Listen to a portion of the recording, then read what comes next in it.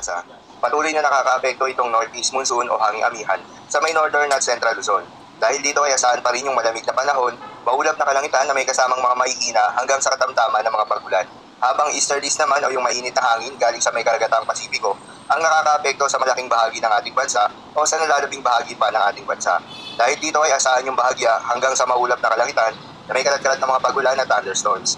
Magandang balita naman dahil ayon sa pag-asa ay wala pa rin tayong binabantayan na low pressure area o bagyo sa loob o malapit sa Philippine Area of Responsibility na maaaring makaapekto sa ating bansa hanggang sa susunod na 5 araw. Base na rin yan sa pinaka-latest tropical cyclone threat potential forecast na inilabas ng pag-asa.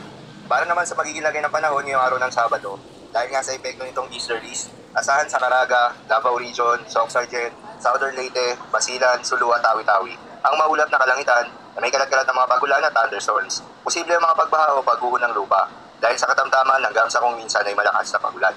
Habang sa Batanes area ay asahan naman yung maulap na kalangitan na may kasamang mga pagulan na dulot ng northeast monsoon.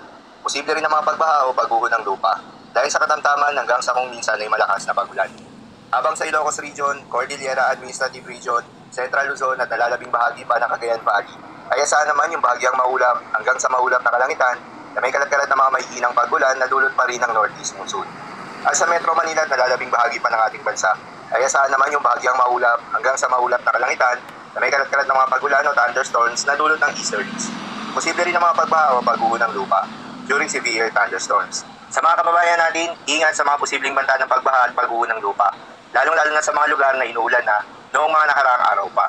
At para naman sa magiging lagay ng mga dagat baybayin, ayon sa pag-asa ay wala pa rin tayong nakataas na gale warning sa anumang seaboards ng ating bansa. Ngunit iba yung pag-iingat pa rin sa mga papalaot ng mga kababayan nating mangingisda at yung may mga maliliit na sasakyang pandagat, lalo na sa may northern at eastern seaboards ng Central Luzon, dahil inaasahan pa rin yung katamtaman hanggang sa maalon na karagatan. At sa nalalabing seaboards ng ating bansa, ay asahan naman yung banayad hanggang sa katamtaman na pag-alon. Ngunit iba yung pag-iingat pa rin, lalo na kung meron tayong offshore thunderstorms